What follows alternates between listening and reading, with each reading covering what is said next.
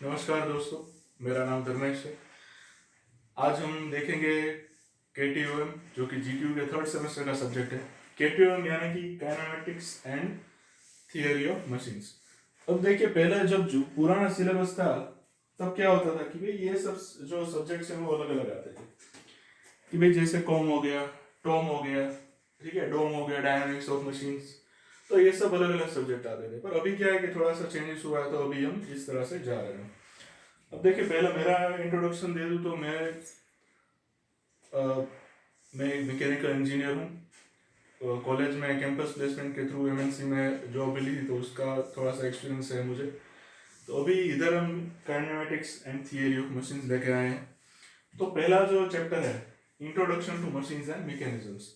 अब देखिए, मशीन शब्द तो हमने बहुत बारी सुना है।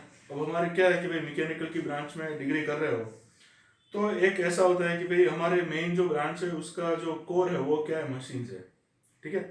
एक मैकेनिकल है, जैसे एक आईटी इंजीनियर को प्रोग्रामिंग आनी चाहिए, ठीक है, कोडिंग आनी चाहिए, उस तरह से हमको मशीन्स का ख्याल होना चाहिए। क्योंकि हमारी ब्रांच जो है उसका जो नाम है मैकेनिकल, ठीक है। मैकेनिकल में इंजीनियरिंग कर रहे हो, मैकेनिकल इंजीनियर बनोगे, तो तुमको मशीन्स के साथ तुम्हारा लेना देना होगा जब तक जॉब करोगे तब तक, ठीक है। या कल को बिजनेस भी कर लिया तो भी मशीन्स पे ही करोगे। वीएमसी कोई डाल देता है कि भाई राजकोट जैसी जगह है तो उधर छोटा सा प्लॉट लेके उसमें शेड वेड बना के उसमें वीएमसी रख देते हैं, एक दो तीन जितने रखने हो उतने, ठीक है। तो मैकेनिकल का और मैकेनिकल इंजीनियर का और मशीन का जो बहुत गहरा नाता होता है। अब देखिए, पहला हमने लिखा है कि भाई introduction to machines and mechanisms. तो दो शब्द दिख रहे हैं हमें, ठीक है। टेक्निकल दो शब्द दिख रहे हैं, मशीन और एक मैकेनिज्म से। अब दोनों चीजें अलग अलग हैं थोड़ी सी, मैं बताता हूँ कैसे। अब एक मशीन जो है, ठीक है, एक मशीन जो है वो क्या होता है, एक असेंबली होती है। मतलब एक बहुत ही ब्रॉड मीनिंग में समझा रहा हूँ आपको। Machine and mechanisms. अब जैसे कि आप डिप्लोमा या डिग्री में आप देख चुके होंगे कि भाई हमारे जो मैकेनिकल के कुछ ऐसे मशीन हैं जो कन्वेंशनल होते हैं। अब कन्वेंशनल मशीन है, उसमें आपने देखा होगा कि भाई लेथ मशीन होता है, मिलिंग मशीन होता है, ठीक है, शेपर मशीन होता है, स्लॉटर मशीन होता है। तो उसमें से अगर हम इधर एग्जांपल लें कि भाई शेपर मशीन का एग्जांपल मैं ले रहा हूँ अभी फिलहाल। तो अगर आपने शेपर मशीन कभी भी देखा हो तो उसमें क्या होता है कि एक ये सपोज आपका टूल है, ठीक है। इधर आपने अपना single point cutting tool mount किया हुआ है। ये हो गया आपका टूल, ये हो गया आपका वर्क पीस। तो भी क्या है कि शेपर मशीन में ऐसा होता है कि भाई इसकी मशीन, इसकी जो मोशन है वो टू एंड फ्रो रहती है, आगे पीछे रहती है, ठीक है। अब क्या होता है कि भाई जो आगे का स्ट्रोक आ रहा है, आगे का जो स्ट्रोक आ रहा है उसमें क्या होगा, कट होगा, आपका मटेरियल कट होगा। और जब ये रिटर्न स्ट्रोक मारेगा, बैक स्ट्रोक मारेगा, तब क्या होगा कि आपका टूल जो है वो ऐसा होगा, तो उसमें से रिटर्न स्ट्रोक में आपका टूल थोड़ा सा ऊपर उठ जाता है, ठीक है। तो ऐसा मैकेनिज्म होता है किसमें, शेपर मशीन में। तो इसको क्या बोलते हैं, क्विक रिटर्न या क्विक रिटर्न मैकेनिज्म बोलते हैं इसको, क्विक रिटर्न मैकेनिज्म। कुछ कुछ जगहों पे विटवर्थ मैकेनिज्म ऐसा भी कुछ लिखा हुआ मिलेगा आपको। तो ये क्या हुआ कि शेपर जो है वो मशीन है, ठीक है, और मशीन के अंदर क्या है, मैकेनिज्म्स। समझ में आ रहा है। तो इस तरह से जो है एक मशीन के अंदर अलग अलग टाइप के मैकेनिज्म्स होते हैं। और ये मैकेनिज्म्स का स्टडी किस में आता है, टॉम में आता है, ठीक है। थियरी ऑफ मशीन जो हमारा केटीओएम है, तो उसमें आपको ये मैकेनिज्म्स है उसका स्टडी मिलेगा। अब क्या होता है कि भाई हर मैकेनिज्म जो है उसमें दो दो चीजें रहती हैं। क्या होता है कि भाई एक जो है मोशन रहती है, मोशन भी किस तरह की, तो रिलेटिव मोशन रहती है, और फोर्सेस रहते हैं, ठीक है, रिलेटिव मोशन एंड फोर्सेस। तो जो हमारा थियरी ऑफ मशीन्स है वो क्या है कि भाई ये एक तरह से अप्लाइड साइंस की एक ब्रांच है। और इसमें क्या होता है कि भाई हमको समझना है कि भाई रिलेटिव मोशंस और फोर्सेस। अब फॉर एग्जांपल रिलेटिव मोशंस जब हम बोलते हैं तब क्या होता है कि भाई एक एग्जांपल लेके देख लेते हैं कि भाई सपोज ये है आपका सिलेंडर, इसके अंदर है एक पिस्टन, ठीक है,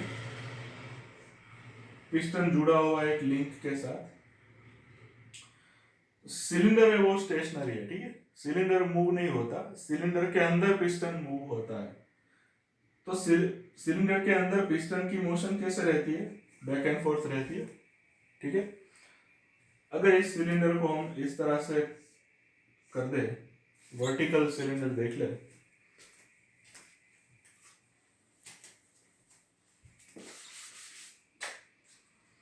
ठीक है, अगर इस तरह से सिलेंडर को रखते हैं स्टेबल करके,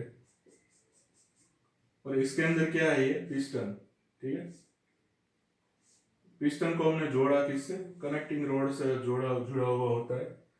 अब क्या होता है कि भाई सपोज ये है, तो इसके अंदर और अगर ये पेट्रोल इंजन है, ठीक है, ये एक तरह से इनलेट एक तरफ से आउटलेट, इधर से स्पार्क होगा तो इधर से क्या होगा कि भाई जो फ्यूल है उसका फ्यूल जलेगा, ठीक है, फ्यूल बर्न होगा। अब उसके फ्यूल के बर्न होने की वजह से क्या होगा, जो पिस्टन है उसके ऊपर फोर्स लगेगा, ठीक है। अब ये फोर्स पिस्टन को बॉटम डेड सेंटर तक पहुंचाएगा, फिर वापस से पिस्टन ऊपर आएगा एंड सो ऑन, ठीक है। तो इसमें क्या होता है कि पिस्टन की मूवमेंट इस तरह से ऊपर नीचे होगी। तो ये क्यों बताया हमने, क्योंकि जब पिस्टन के ऊपर फोर्स लगा, फोर्स किसने लगाया कि जिस तरह से पेट्रोल बर्न हुआ, ठीक है, पेट्रोल बर्न हुआ जला, उसकी वजह से पिस्टन के ऊपर फोर्स लगा और पिस्टन की motion I as compare to the cylinder. तो ये जो रिलेटिव मोशंस होती है और फोर्सेस होते हैं, तो इनका स्टडी जो है किसमें आता है, थियरी ऑफ मशीन्स में आता है। क्योंकि कोई भी मैकेनिज्म ले लो, उसके अंदर जितने स्पेयर पार्ट्स, जितने भी पार्ट्स होंगे, तो उसकी कोई ना कोई मोशन तो जरूर होगी, ठीक है। और मोशन ऐसे ही नहीं आती, मोशन आती है बिकॉज फोर्स अप्लाई हो रहा होता है किसी एक पार्ट पे। तो ये आपका थियरी ऑफ मशीन्स का ब्रॉड डेफिनेशन हो गया, ठीक है। अब ये पिस्टन का जो हमने एग्जांपल लिया, इससे क्या मिलता है आपको कि भी आपकी गाड़ी आगे जाती है, ठीक है। पिस्टन जो है वो जो ट्रांसमिशन सिस्टम के साथ जो पूरा का पूरा ये पिस्टन के बाद जो जुड़ा होता है, तो उसकी वजह से क्या होता है कि आपकी गाड़ी आगे जाती है और आपको क्या मिलता है, मैकेनिकल वर्क मिलता है, मैकेनिकल वर्क।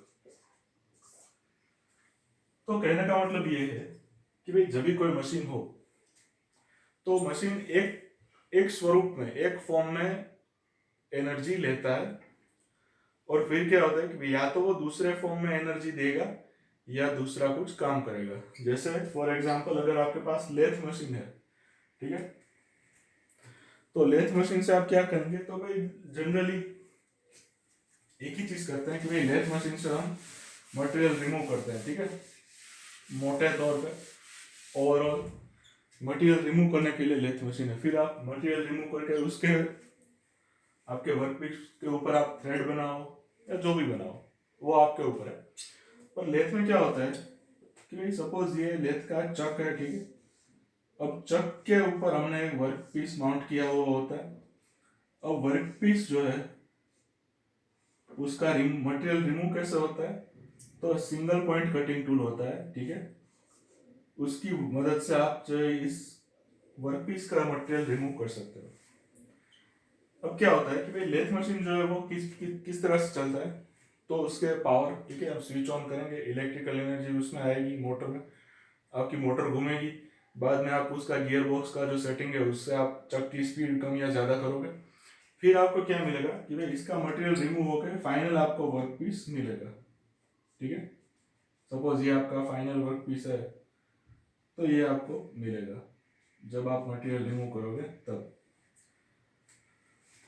तो ये मशीन जो है वो ये काम करती है कि भाई एक स्वरूप में एक फॉर्म में एनर्जी ली, दूसरे फॉर्म में एनर्जी दे दी, या फिर एक फॉर्म में एनर्जी लेके लेथ मशीन की तरह एनर्जी लेके क्या किया कि भाई एक वर्क पीस जो है आपको प्रोड्यूस करके दिया।